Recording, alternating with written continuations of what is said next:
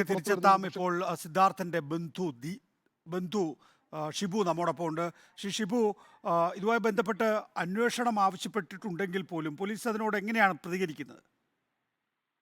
പോലീസിന്റെ പ്രതികരണം നിലവിൽ നമ്മൾ നോക്കുമ്പോൾ അനുകൂലമാണ്, നല്ല രീതിയിൽ ചെയ്യുന്നുണ്ടെന്നാണ് തോന്നുന്നത്. കൂടുതൽ അറിയില്ല.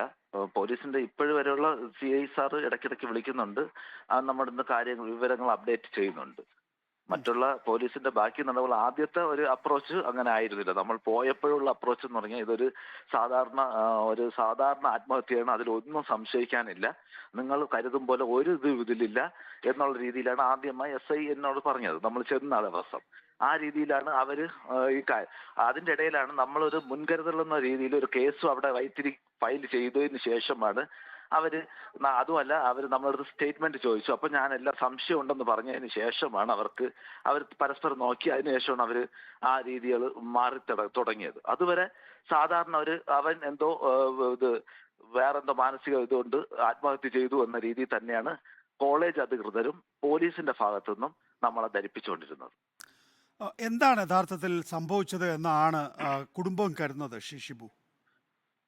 സർ, നമ്മുടെ ഈ കുട്ടി 14-ാം തീയതി വാലന്റൈൻസ് ഡേ അവിടെ കഴിഞ്ഞു.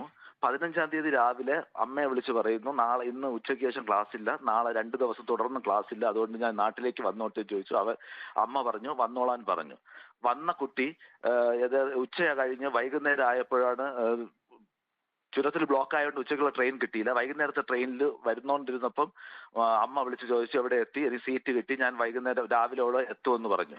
4:30-ക്കും 4 മണിയായപ്പോൾ കിട്ടിയ അപ്ഡേഷന് വേണ്ടി വിളിച്ചു എവിടെ എത്തിയെന്ന് ചോദിച്ചപ്പോഴാണ് പറയുന്നത് ഞാൻ വന്നിട്ടില്ല, എൻ്റെ ഒരു സുഹൃത്തായ റഹാൻ എന്നെ വിളിച്ചു, എന്തോ എമർജൻസി കോളേജിലുണ്ട്, അതുകൊണ്ട് ചെല്ലാൻ പറഞ്ഞു, അതുകൊണ്ട് ഞാനിത് അടിയന്തരമായിട്ട് തിരിച്ചു പോയി, ഇപ്പൊ ഞാൻ കോഴിക്കോട് കഴിഞ്ഞ് ഇവിടെ കോളേജിലേക്ക് പോകാൻ പോവുകയാണെന്ന് പറഞ്ഞു. അതാണ് അടുത്ത അപ്ഡേഷൻ. അടുത്ത ദിവസം അതിനെ തുടർന്ന് അമ്മ നിരന്തരം വിളിക്കുമ്പം 10 പ്രാവശ്യം വിളിക്കുമ്പോൾ അവ ഒരു പ്രാവശ്യം ഫോൺ എടുക്കുന്നു, ഞാൻ കഴിച്ചു കിടക്കുന്നു, ഇങ്ങനത്തെ 2-3 വാക്കുകളല്ലാതെ കൂടുതൽ സംസാരിക്കുന്നില്ല. അതിനെക്കുറിച്ച് അന്വേഷിക്കാൻ വേണ്ടി കൂട്ടുകാരനെ അക്ഷയെ വിളിച്ച് ചോദിക്കുമ്പോഴും അക്ഷയ് പറയണ ആന്റി ഒരു പ്രശ്നമില്ല, ഞാൻ അവന് കൊടുക്കാം എന്ന് പറയുന്നു. അവൻ ചിലപ്പം 1-2 മൂളൽ മാത്രമേ ഉള്ളൂ, വേറെ കൂടുതലൊന്നും സംസാരിക്കുന്നില്ല. അപ്പൊ ഈ അക്ഷയ്ക്കും റഹാനും നല്ല സുഹൃത്തുക്കൾ എന്ന രീതിയിലാണ് അവരെ കോണ്ടാക്ട് ചെയ്യുന്നത്. അവരും യവനെ അനുകൂലമായിട്ട് എന്നുവെച്ചാൽ യവന്റെ എന്തെങ്കിലും പ്രശ്നം ഉണ്ടെന്നൊന്ന് പറയുകയോ എന്നും പറയാതെ അവരോടൊപ്പം നിൽക്കുന്ന രീതിയാണ് ഇവർ രണ്ടുപേരും നിലകൊണ്ടത് ആ സമയത്ത്.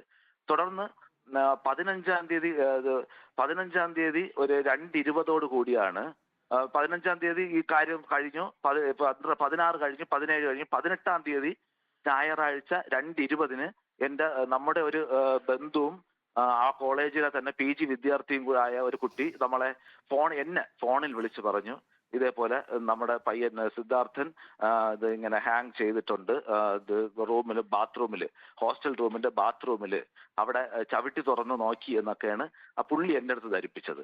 ഇത് പിന്നെ വേറെ ആരും കോളേജിൽ നിന്ന് വിളിക്കുകയോ ഒന്നും ചെയ്തിട്ടില്ല. നമ്മൾ അടുത്ത ദിവസം അവിടെ പോയി ഡീനിനെ കാണണമെന്ന് ഈ കുട്ടി എന്നെ PG വിദ്യാർത്ഥി എന്നെ പറഞ്ഞു. ഡീനിനെ കണ്ടപ്പോൾ ഡീൻ പറഞ്ഞത് എനിക്കൊന്നും അറിയില്ല, ഈ കാര്യങ്ങളൊന്നും എനിക്ക് ഒന്നും അറിയില്ല, പോലീസിന് എന്തറിയാമോ അതേ എനിക്കും അറിയാവുള്ളൂ, നിങ്ങൾ എന്തെങ്കിലും ആവശ്യമുണ്ടെങ്കിൽ പോലീസിൻ്റെ അടുത്ത് ചോദിക്കുക, എനിക്ക് ഇതിനെക്കുറിച്ച് ഒരു കാര്യവും അറിയില്ല.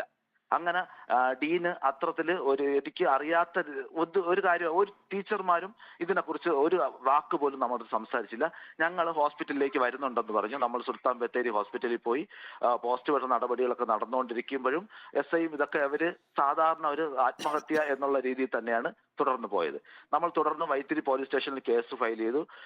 അപ്പോഴാണ് ഡീൻ എൻ്റെ അടുത്ത് വന്നു റിക്വസ്റ്റ് ചെയ്യും പോലെ എൻ്റെ അടുത്ത് വന്ന് ചോദിച്ചു, നമുക്ക് ഒരു പൊതുദർശനത്തിന് വയ്ക്കാൻ അനുവദിക്കുമോ എന്ന് ചോദിച്ചു. അപ്പൊ എൻ്റെ മനസ്സിൽ പെട്ടെന്നൊരു ആശയം വന്നു, എന്തുകൊണ്ട് ഡീനിനെ പോലുള്ള ഒരു വ്യക്തി എൻ്റെ അടുത്ത് വന്ന് ഇങ്ങനെ റിക്വസ്റ്റ് ചെയ്യുന്നു, നമുക്കിവിടെ ഒരു നടപടി ഉണ്ട്, അത് ചെയ്തുകൂടെ എന്ന് ചോദിക്കാതെ, എന്നിരുന്നാലും ഞാൻ അനുവദിക്കാമെന്ന് പറഞ്ഞു. അത് അനുവദിച്ച് അനുബന്ധിച്ചാണ് നമുക്ക് പല വിവരങ്ങളും ലോക്കൽസിൽ നിന്നും അവിടുന്ന് പല സ്ഥലങ്ങളിൽ നിന്നും, അതായത് ഈ കാര്യം പുറത്തു പറഞ്ഞാൽ അവരുടെ തല വെട്ടുമെന്നാണ് സിൻജോ ഉൾപ്പെടെയുള്ള അവിടുത്തെ നേതാക്കൾ പറഞ്ഞിരിക്കുന്നത്. ആ പേടിച്ച് ആരും തന്നെ നമ്മളെടുത്ത് ഒരു വിവരവും പറയുന്നില്ല. പക്ഷെ ധൈര്യപൂർവ്വം ഒളിച്ചും ആരും അറിഞ്ഞാൽ എന്റെ ജീവന് ഭീഷണിയാണെന്ന് ഒരു വ്യക്തി പലരും പറഞ്ഞുകൊണ്ട് തന്നെ രഹസ്യമായിട്ട് പറഞ്ഞു, നിങ്ങൾ മുന്നോട്ട് പോകണം, കേസുമായിട്ട് മുന്നോട്ട് പോകണം, ഇത് സാധാരണ മരണമല്ല, ഇതൊരു കൊലപാതകമാണ്, സീനിയേഴ്സ് റാഗ് ചെയ്ത് കൊന്നതാണ്, സിൻജോ അതുപോലുള്ള കുറച്ച് പേര് ചേർന്ന് കൊന്നതാണ് എന്ന് എൻ്റെ അടുത്ത് ഉറപ്പിച്ച് പറഞ്ഞു. അതിനനുസരിച്ചാണ് നമ്മൾ വീണ്ടും അടുത്ത കേസുമായി മുന്നോട്ട് പോവുകയും അങ്ങനെ ADGPക്ക് പരാതി കൊടുത്തു. ADGP അത് ഫോർവേഡ് ചെയ്തു. തുടർന്ന് CI നിരന്തരം എന്നെ കോൺടാക്ട് ചെയ്യാൻ തുടങ്ങി.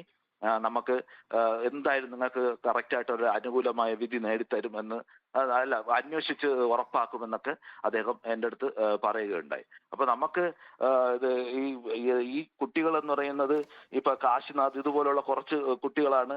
ഇവരടുത്ത് ഡാനി എബ്രഹാം എന്ന് പറയുന്നത് അവന്റെ ഏറ്റവും അടുത്ത സുഹൃത്താണ്, അവന്റെ കൂടെ പഠിക്കുന്നതാണ്. ആ കുട്ടിയാണ് അവന്റെ വീട്ടിൽ പോലും വന്നിട്ട് പോയി. ആ കുട്ടിയാണ് അവന് എതിരെ ഏറ്റവും കൂടുതൽ നിന്നത്. അതുപോലെ അവന്റെ കൂട്ടുകാരൻ അക്ഷയ്, റഹാൻ ഇതുപോലുള്ളവരും ഇതിനകത്തുണ്ട്. അതുപോലെ നമുക്ക് സംശയം വെച്ചാൽ കാശിനാഥ്, ശ്രീഹരി, സിൻജോ, ഡാനി എബ്രഹാം, അരുൺ കെലോത്ത് എന്ന് പറഞ്ഞ ഒരു ആള്, പിന്നെ ഒരു PhD വിദ്യാർത്ഥി കാട എന്നറിയാം, എന്തോ എന്ന് ഷോർട്ട് ഫോമിൽ അറിയപ്പെടുന്നവരാണ്.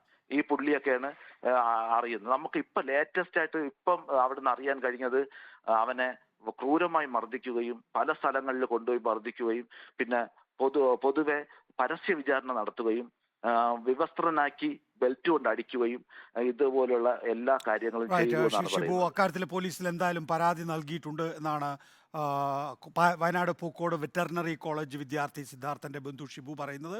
കൊലപാതകമാണ് മരണം എന്നാണ് കുടുംബം പറയുന്നത്. വിദ്യാർത്ഥികൾ ചേർന്ന് സിദ്ധാർത്ഥനെ കൊലപ്പെടുത്തി എന്നുള്ളതാണ് ആക്ഷേപം.